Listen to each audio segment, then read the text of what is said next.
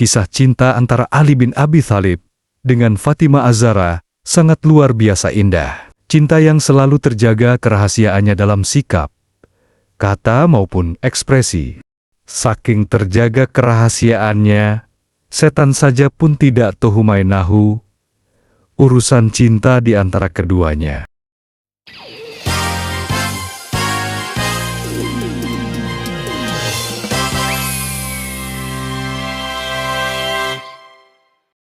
Assalamualaikum warahmatullahi wabarakatuh. Selamat datang di channel Living Quran, tempat di mana kisah-kisah penuh hikmah dan inspirasi dari tokoh-tokoh Islam diceritakan dengan penuh makna. Setiap perjalanan mereka adalah cahaya yang menuntun kita dalam kehidupan, mengajarkan kesabaran, keikhlasan, dan cinta kepada Allah Subhanahu wa Ta'ala. Mari kita telusuri bersama kisah penuh pelajaran ini. Semoga hati kita tercerahkan dan iman kita semakin kuat. Sebelum dimulai, disclaimer terlebih dahulu bahwa gambar yang ditampilkan dalam kisah ini hanyalah ilustrasi semata. Tidak ada unsur dan maksud untuk menggambarkan sosok tokoh yang mulia dalam Islam. Selamat menyaksikan. Dan jangan lupa untuk like, subscribe, dan aktifkan lonceng notifikasinya agar tidak ketinggalan kisah-kisah inspiratif berikutnya. Bismillahirrohmanirrohim. Kita mulai. Di tengah riuhnya dunia, masih ada kisah cinta suci yang dibangun bukan atas dasar harta, rupa, atau kepentingan duniawi, melainkan atas dasar iman dan kasih sayang karena Allah Subhanahu wa Ta'ala. Itulah cinta antara Fatimah Az-Zahra, putri Rasulullah SAW, dan Ali bin Abi Thalib. Kisah mereka adalah kisah tentang cinta yang sederhana, namun penuh keberkahan, tentang kesetiaan dalam ujian, dan tentang rumah tangga yang diridhoi langit. Kisah cinta salah satu dari sahabat Rasulullah yang fenomenal, yaitu kisah cinta antara sahabat Ali bin Abi Thalib dengan putri bungsu Rasulullah, yaitu Fatimah Az-Zahra. Kisah cinta antara Ali bin Abi Thalib dengan Fatimah Az-Zahra sangat luar biasa indah. Cinta yang selalu terjaga kerahasiaannya dalam sikap, kata maupun ekspresi. Saking terjaga kerahasiaannya, setan saja tidak tuhu-menahu urusan cinta di antara keduanya. Fatimah mendapatkan didikan penuh dari ayahnya yang seorang nabi dan rasul. Fatimah tumbuh menjadi perempuan cantik, cerdas, dan penuh kasih sayang. Kecantikan Fatimah tidak hanya jasmaninya saja, bahkan kecantikan ruhaninya sampai melewati batas-batas langit hingga langit ketujuh. Ali bin Abi Thalib diam-diam sudah menyukai Fatimah sejak lama. Ia kerap melihat sosok gadis dari jauh yang sangat menawan sedang mengobati luka Rasulullah. Saat itu Fatimah dengan sigap dan cepat segera mengobati luka-luka di sekujur tubuh Rasulullah akibat perang. Dan begitu juga dengan Fatimah yang dayam-dayum menyukai sahabat baik ayahandanya. Fatimah sudah sejak lama mendengar mengenai kebaikan hati Ali bin Abi Thalib. Ia sering melihat dari jauh para serupawan dan kepintaran otak yang Ali bin Abi Thalib miliki. Pada saat kaum muslimin hijrah ke Madinah, Fatimah dan kakaknya Ummu Kulsum tetap tinggal di Makkah, sampai Rasulullah mengutus orang untuk menjemput keduanya. Lalu setelah Rasulullah menikah dengan Aisyah binti Abu Bakar, para sahabat Rasulullah pun berusaha untuk meminang Fatimah. Dikisahkan pada suatu ketika, Fatimah akan dilamar oleh seorang laki-laki yang sangat dekat dengan Rasulullah. Ia telah mempertaruhkan harta, jiwa dan kehidupannya untuk Islam, selalu menemani perjuangan Rasulullah. Tak disangka orang tersebut, dialah Abu Bakar, As-Siddiq. Kemudian ketika mendengar bahwa Abu Bakar melamar putri Rasulullah tersebut, seketika Ali pun terkejut dibuatnya. Namun ia sadar, jika dibandingkan dengan Abu Bakar, Ali bukanlah siapa-siapa. Apalagi Ali juga begitu miskin. Bahkan, untuk mahar pernikahan saja, ia tidak punya. Sedangkan Abu Bakar kedudukannya sangat dekat dengan Rasulullah. Dan Abu Bakar seorang saudagar, tentu lebih bisa membahagiakan Fatimah. Waktu pun kian berlalu, dan Ali mendapat kabar bahwa lamaran dari Abu Bakar ditolak oleh Fatimah dan Rasulullah dengan lembut.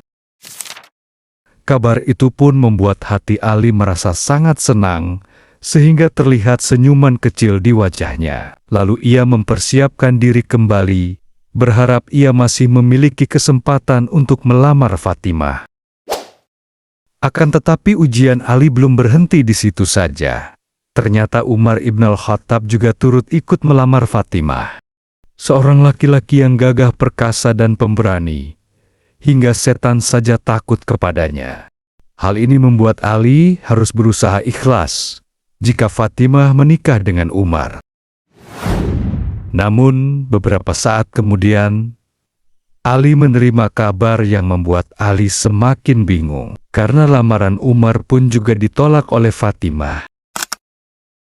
Kemudian mereka berkumpul dan berbincang lalu berkata, "Wahai Ali, mengapa bukan engkau yang mencobanya untuk melamar Fatimah?"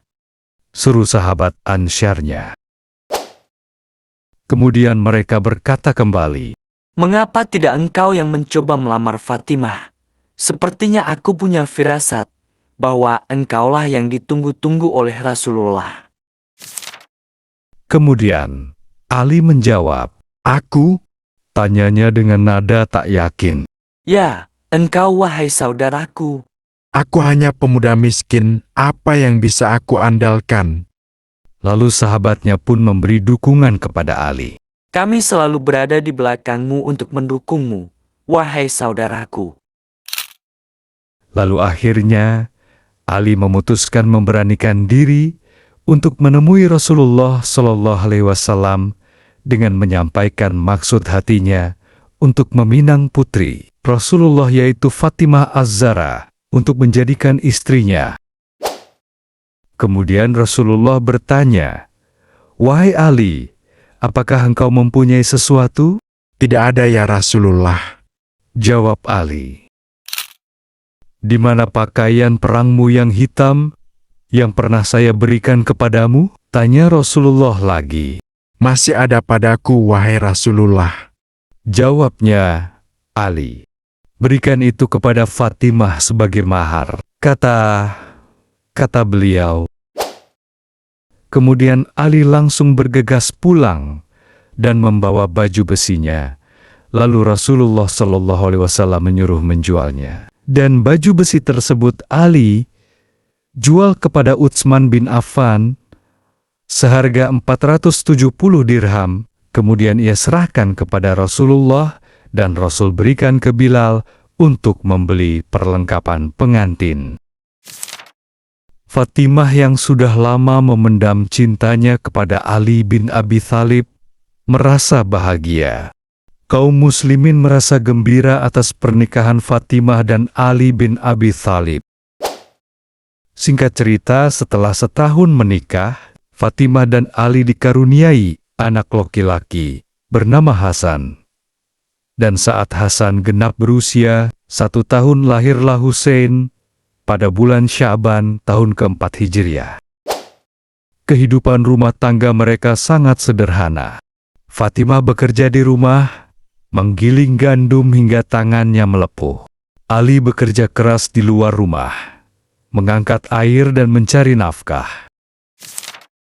Tidak ada pembantu, tidak ada kekayaan, namun mereka saling mencintai, saling menghormati, dan saling mendukung di setiap kesulitan.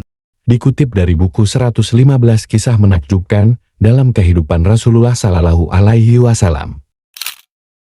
Dikisahkan bahwa ketika menikah, Perlengkapan rumah tangga yang dimiliki Fatimah dan Ali hanyalah 2 buah batu penumbuk gandum, 2 buah tempat air dari kulit kambing, bantal yang terbuat dari ijuk pohon kurma, dan sedikit minyak wangi.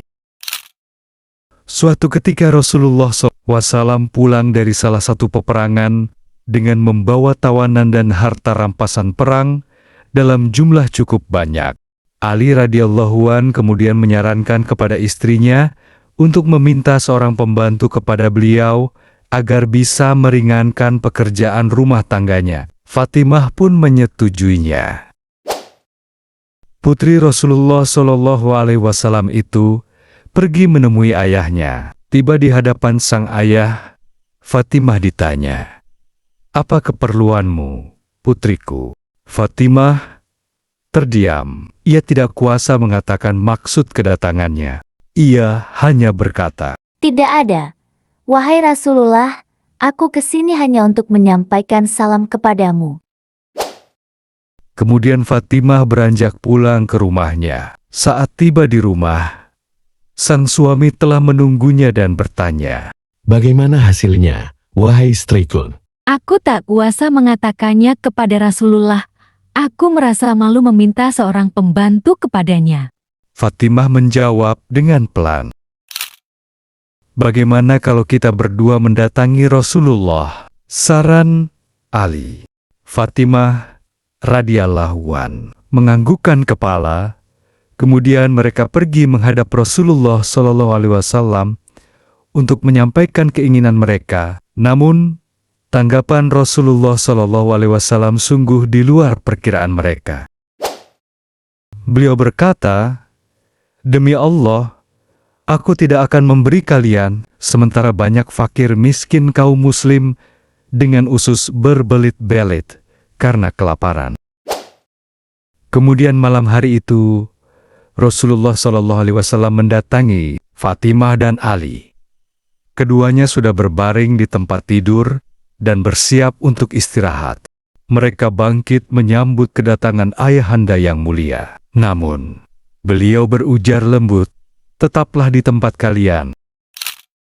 Rasulullah SAW kemudian bersabda, yang artinya, "Maukah kalian berdua aku ajarkan sesuatu yang lebih baik daripada apa yang kalian minta? Apabila kalian berbaring hendak tidur, maka bacalah takbir 34 kali, tasbih 33 kali, dan tahmid 33 kali. Sesungguhnya yang demikian itu lebih baik bagi kalian daripada seorang pembantu." Hadis riwayat Muslim. Sejak malam itu, Ali menuturkan, "Aku tidak pernah meninggalkan wiridan yang diajarkan Rasulullah. Amalan ini juga dapat diamalkan oleh seluruh umat muslim. Wirid ini bisa menjadi obat kala lelah bekerja. Sesungguhnya, Allah Subhanahu wa Ta'ala meridhoi orang-orang yang bekerja dalam mencari rezeki halal, mencintai dalam diam, kuat dalam mengikhlaskan, dan yakin bahwa Allah selalu memberikan yang terbaik." Walaupun Ali bin Abi Thalib tidak memiliki ekonomi yang sempurna, tapi komitmennya sempurna, sehingga Allah mempermudah jalannya.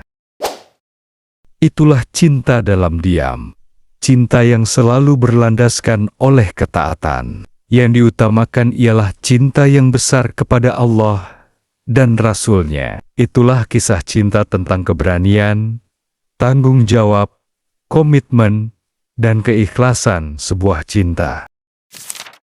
Ada beberapa hikmah dari kisah cinta mereka. Ketika Ali merasa belum siap untuk melangkah lebih jauh dengan Fatimah, maka Ali mencintai Fatimah dalam diam. Karena diam adalah salah satu bukti cinta pada seseorang. Dengan diam berarti memuliakan kesucian diri dan hati sendiri, dan orang yang dicintai. Sebab jika diungkapkan, tapi belum siap untuk mengikat ikatan suci, bisa saja terjerumus dalam maksiat. Semoga kisah ini dapat bermanfaat bagi para insan yang merindukan cinta suci karenanya, yang sedang berikhtiar sekuat hatinya, dan yang saat ini menanti dengan sabar demi menyambut jalan cinta yang Allah Subhanahu wa Ta'ala ridhoi. Amin. Terima kasih telah menyaksikan kisah hari ini. Jangan lupa untuk like, share, dan subscribe agar kita terus bisa berbagi kisah-kisah inspiratif lainnya. Mohon maaf apabila ada salah kata atau informasi yang kurang lengkap dalam kisah video kali ini. Kekurangan milik manusia, kesempurnaan hanya milik Allah Subhanahu wa Ta'ala. Wallahu alam bisyawab. Sampai jumpa di episode berikutnya. Wassalamualaikum warahmatullahi wabarakatuh.